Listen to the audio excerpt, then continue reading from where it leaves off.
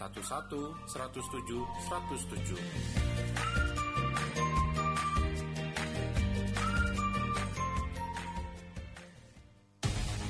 Dakta Radio, bijak dan cerdas.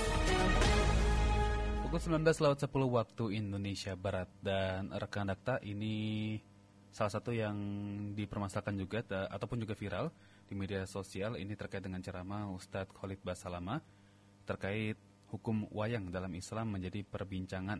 Banyak yang menilai Ustadz Khalid telah mengharamkan wayang dan bahkan menyarankan untuk menghancurnya. Namun Ustadz Khalid sendiri juga mengklarifikasi bahwa tidak ada ucapan pengharaman wayang dalam ceramah beliau. Lantas, bagaimana hukum wayang sendiri untuk dakwah dalam perspektif pemikiran Islam? Kami akan bahas bersama peneliti INSIS, Nirwan Syafrian. Perspektif pemikiran Islam. Assalamualaikum Pak Nirwan. Waalaikumsalam warahmatullahi wabarakatuh. Iya, Pak Nirwan, dari kasus ataupun yang viral diperbincangkan Ustadz Khalid Basalamah ini, bagaimana sih hukum wayang sendiri dalam Islam? Ya, baik. Bismillahirrahmanirrahim. Alhamdulillah wassalatu wassalamu ala Rasulillah. Yang pertama mungkin kita juga heran ya, kenapa isu ini kemudian tiba-tiba muncul. Padahal itu adalah merupakan ceramah beliau yang lama ya, bukan yang baru sebenarnya. Tapi tiba-tiba dimunculkan isu terkait dengan keharaman wayang ya.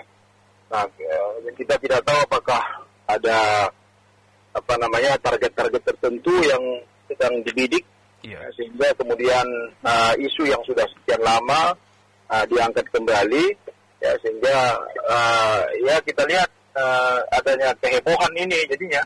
Ya, yang tadinya mungkin kondisi sudah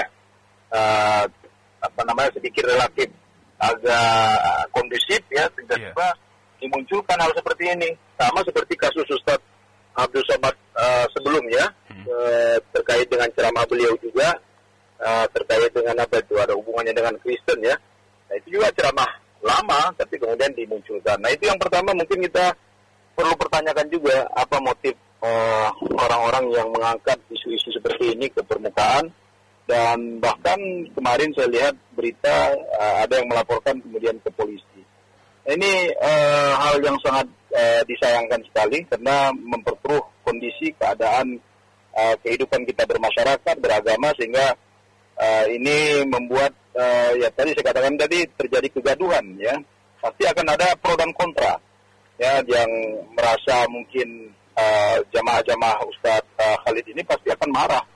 Kan? Sementara kelompok tertentu akan memanfaatkan ini ya untuk mungkin ya tadi kepentingan tertentu, maka muncul lagi isu intoleransi, isu moderatisme, isu apalagi ya akan dihubungkan dengan radikalisme dan seterusnya. Dan yang saya katakan yang kita semua kelihatannya sudah sangat matang sekali ya, karena isu ini sudah berulang kali ya dimunculkan terkait dengan ustadz-ustadz kita.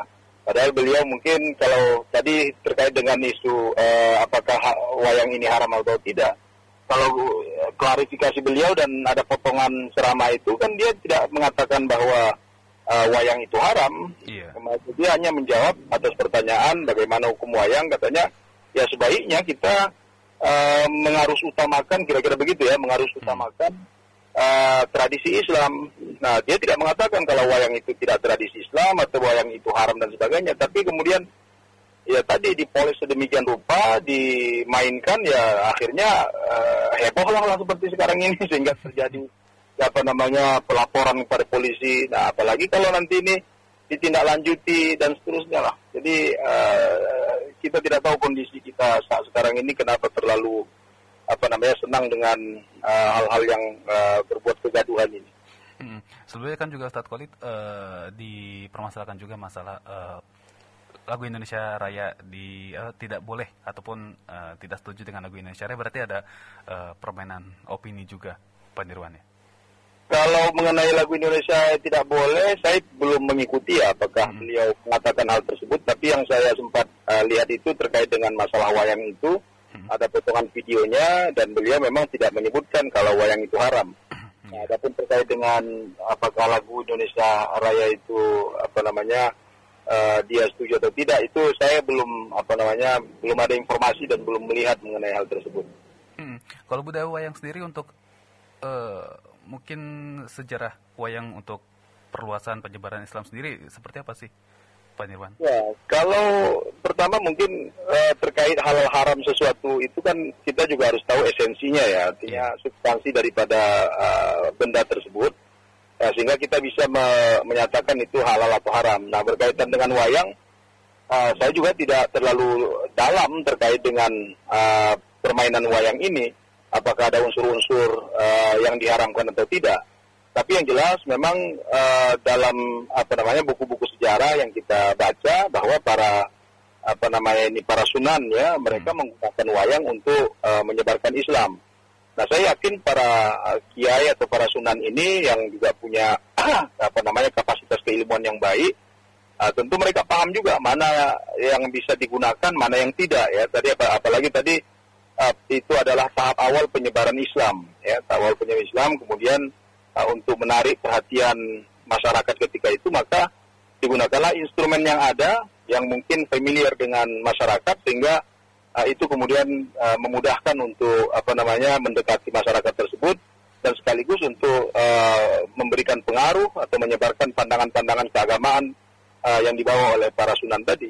Jadi ya tadi Mas kata tadi, wayang tadi saya tidak tahu substansi ataupun esensi bagaimana permainannya, karena kalau secara umum saya tidak melihat ada masalah ya, maksudnya karena dia hanya menggunakan wayang tadi kan dipermainkan, bahkan ceritanya juga bisa cerita-cerita yang Islami juga diangkat kan begitu, atau cerita-cerita yang yang sesuai dengan nilai ataupun moralitas keislaman bisa juga diangkat begitu. Artinya tidak semestinya cerita-cerita tahyul ditampilkan dalam wayang tersebut. Ya, berarti tergantung apa yang disampaikan ataupun penggunaan cerita, mungkin muntah dari media wayang ataupun dari media-media lain, walaupun budaya bukan budaya Islam, masih budaya Hindu Buddha. Memang Indonesia sendiri kan awalnya bukan negara Islam, Pak Nirwan ya. Ya, kita juga kalau dikatakan itu budaya Hindu, seharusnya budaya itu ada dong di India. Iya kan? Iya. Ya kan, karena Hindu ada di India, tapi kan ternyata tidak ada juga. Ya, berarti itu kan budaya lokal, ya, artinya budaya masyarakat Jawa, ya, yang kebetulan ketika itu masyarakatnya memang banyak menganut agama Hindu ataupun agama animisme, ya, dan seterusnya. Dan itu, ya saya katakan tadi, saya tidak tahu persis apakah wayang ini digunakan sebagai instrumen dalam peribadatan atau instrumen hanya sebagai seni, dan kalau sebagai seni apakah dia melibatkan unsur-unsur yang sifatnya spiritual dan sebagainya. Nah, itu saya tidak dapat informasi, makanya saya tidak bisa mengatakan sejauh mana posisi wayang ini. Tapi kalau misalnya wayang seperti yang saya pahami, yang ditampilkan dalam arti kadang-kadang bisa menceritakan hal-hal yang positif ya, hal-hal yang hal-hal yang berkaitan dengan nilai moral, akhlak, saya pikir tidak terlalu bermasalah begitu. Ya. Ya, mungkin di zaman dulu penyebaran agama Islam menggunakan budaya ataupun wayang-wayang yang mungkin sekarang ini tidak dilakukan. Bahkan di era modern lebih mungkin kalau kita katakan budaya Timur Tengah yang dibawa ini. Mungkin melihat fenomena ini bagaimana Pak Nirwan? Mungkin karena adanya budaya dari Timur Tengah yang beberapa ditolak oleh warga Indonesia. Ya, begini, makanya saya kata tadi budaya Islam, budaya Timur Tengah, budaya Jawa, budaya Barat atau budaya apa saja. Makanya ukurannya budaya itu Islam atau tidak Islami, maka kita kembali pada standar keislaman itu sendiri. Ya, maksudnya tidak semua juga budaya Arab itu kita anggap sebagai budaya Islami. Makanya Islam datang ke tengah-tengah masyarakat Arab, banyak sekali budaya-budaya Arab yang juga dihapuskan oleh Islam. Iya. Itu makanya tadi apakah Islam identik dengan Arab? Ya, ini yang kemarin sempat ribut, tidak juga identik, tapi Islam dan Arab juga tidak bisa dipisahkan, karena Al-Quran sendiri berbahasa Arab. Tapi apakah Arab Al-Quran sama dengan Arabnya Abu Lahab? Tidak juga. Ya, jadi ini hal yang seperti ini yang kadang-kadang disebarkan dengan dengan simplistik, sehingga seolah-olah Arab itu segala yang berbau Arab adalah Islami. Belum tentu juga. Makanya kan kita dalam sejarah kita lihat banyak budaya-budaya Arab yang yang dihapuskan oleh Islam. Nah, misalnya contoh, mereka mengatakan bahwa jilbaban ini misalnya ya, tutup aurat itu adalah budaya Arab. Padahal Al-Quran sangat jelas sekali bahwa tabarruj itu kan wanita-wanita yang membuka auratnya di ruang publik itu kan diharamkan. Sampai Allah mengatakan wala tabarrujna tabarrujal jahiliyatil ula. Janganlah kalian bertabarruj seperti orang-orang jahiliyah yang pertama. Ini menunjukkan bahwa buka-buka aurat itu bukan budaya Islam dan dia budaya Arab yang jahiliyah tadi yang kemudian dihapuskan oleh Islam. Itu. Nah, kemudian selanjutnya kita katakan apakah misalnya budaya orang Melayu ya, budaya orang Bugis mungkin, budaya orang Jawa banyak yang bisa diadopsi kita katakan tadi bisa Islami kalau kita masukkan unsur-unsur Islamnya. Tapi yang anehnya memang ya saat sekarang ini segala yang berbau Arab ini dianggap bahwa terjadi proses Arabisasi di tengah masyarakat kita. Yang Arabisasi tadi itu dianggap sebagai bagian dari proses Islamisasi, tapi tanpa merasa ada keberatan dengan terjadinya Baratisasi, Westernisasi, seolah-olah kalau budaya Barat diterima itu tidak ada masalah, sehingga seolah-olah budaya Barat dianggap budaya lokal Indonesia, padahal ya ini kelihatan sekali anti Islamnya itu terlihat sekali dari kelompok-kelompok ini. Jadi berbau Timur Tengah kata mereka ini kenapa Indonesia harus orang-orang Indonesia ini berbusana, berpakaian, berpenampilan, bermusik dengan musik-musik yang berbau Timur Tengah seolah-olah itu adalah Islami. Tapi mereka nggak pernah merasa risih dengan budaya Barat. Ya Halloween kemarin ada orang-orang yang ikut-ikutan Halloween, Valentine. Siapa pernah nenek moyang kita melaksanakan Valentine Days?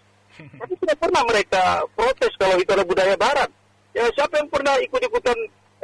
Memang budaya lokal kita dulu mereka nenek moyang kita merayakan tahun baru misalnya.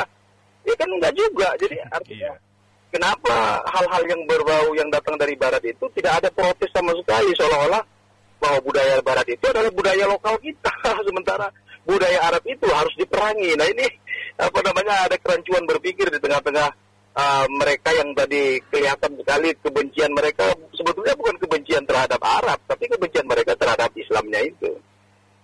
Karena melihat representasi Islam itu Arab atau Timur Tengah, Pak Nirwan ya. Ya itu yang saya katakan tadi, tidak identik kalau Islam itu adalah Arab, karena di masa kita lihat di Arab sendiri tidak semua juga orang berpikiran ataupun bertindak dengan budaya Islami. Meskipun saya katakan tadi misalnya pakai jubah misalnya, orang yang pakai gamis kita sebutkan. Kalau kita ke diskotik di sana mungkin ke bar-bar orang pada pakai pakai gamis juga ya, karena itu adalah pakaian mereka. Bahwa kemudian ada menggunakan pakaian gamis itu sholat, iya kita lihat para imam-imam di Masjidil Haram misalnya mereka pakai gamis. Tapi jangan kemudian tadi hal-hal yang berbau Arab itu kemudian dianggap Islami juga salah, tapi kemudian jangan juga dipisahkan antara Arab dengan Islamnya, karena tidak mungkin kita bisa memahami Islam tanpa kemudian kita memahami hal-hal yang berkaitan dengan Arab, terutama bahasanya. Ya kulturnya juga perlu kita pahami, karena apalagi kultur masyarakat Arab ketika Islam itu diturunkan, itu yang kita dalam ulumul Quran kita sebut dengan asbabun nuzul ya, kita perlu mengetahui kondisi sosialnya, kondisi politik, ekonomi dan sebagainya. Nah, supaya kita bisa lebih memahami bagaimana maksud daripada ayat, daripada hadis ya, atau perintah-perintah yang disebutkan oleh Allah ataupun yang disampaikan oleh Rasulullah dan dipraktikkan oleh para sahabat. Nah, ini perlu sekali. Artinya saya katakan tadi, kita tidak mengidentikan tapi kita juga tidak memisahkan. Kita harus Islam adalah Islam ya. Jadi Islam itu adalah Islam yang diturunkan oleh Allah kepada Rasulullah. Rasulullahnya orang Arab, bahasa Al-Qur'annya bahasa Arab, tapi Islam tidak identik dengan Arab. Karena kalau identik dengan Arab pasti Abu Jahal, Abu Lahab, Abu yang lain itu juga Muslim, tapi nyatanya kan tidak. Ya. Dan mereka menentang karena mereka menganggap bahwa Islam itu bertentangan dengan budaya nenek moyang mereka. Ini sangat jelas sekali saya pikir. Berarti hadirnya agama Islam itu lebih memberantas jahiliyah ataupun mungkin di zaman itu jahiliyah ataupun kesesatan-kesesatan yang terjadi, Pak Nirwan ya. Persis, bahwa Islam itu hadir dengan segala keunikannya ya. Mungkin ada yang sama dengan dengan budaya yang ketika itu, tapi tidak semua budaya yang ada ketika itu diadopsinya, tapi ada budaya yang kemudian dieliminirnya. Nah begitu juga banyak sekali hal-hal yang berkaitan dengan Islam itu sesuai dengan budaya lokal kita, tapi tidak juga semua budaya lokal kita sesuai dengan Islam. Dan begitu juga ketika dia sampai mungkin ke Eropa, banyak mungkin nilai-nilai dari orang masyarakat Eropa itu yang sesuai dengan Islam kemudian diadopsi, tapi banyak juga nilai-nilai dari masyarakat Eropa yang mungkin tidak sesuai dengan Islam, akhirnya dieliminir ataupun tidak diadopsi. Jadi standar kita adalah Islam itu tadi. Makanya kalau ditanyakan tadi bagaimana dengan praktek ini, praktek itu, ya kita katakan kita lihat standarnya apakah dia ada unsur kesyirikan di sana, ada unsur keharaman yang sudah jelas dalam Al-Quran, dalam hadis, maka kita katakan itu tidak Islami. Jadi Islami tidak Islaminya itu adalah ukurannya, standarnya adalah ketauhidan, ya mengenai syariah, kemudian Al-Quran, Sunnah itu sangat jelas sekali. Ya jadi jangan kita benturkan tadi antara keberislaman kita tadi dengan kelokalan kita. Makanya Alatas itu ya Profesor Naqib Alatas itu dia mengatakan bahwa salah satu upaya sekularisasi itu adalah mencoba menghidupkan budaya-budaya yang animistik, ya budaya yang pandangan hidup yang animistik yang bertentangan dengan Islam, sehingga dianggap itu adalah bagian daripada upaya melestarikan budaya lokal, padahal yang dilestarikan bukan budaya lokalnya, yang dilestarikan adalah kesyirikannya. Nah ini yang harus kita bedakan tadi. Ya, baik Pak Dirwan, terima kasih Pak Dirwan sudah berbincang dalam perspektif, semoga jadi manfaat bagi kita semua Pak Dirwan ya. Terima kasih, sama-sama. Assalamualaikum warahmatullahi wabarakatuh. Warahmatullahi wabarakatuh. Perspektif Pemikiran Islam.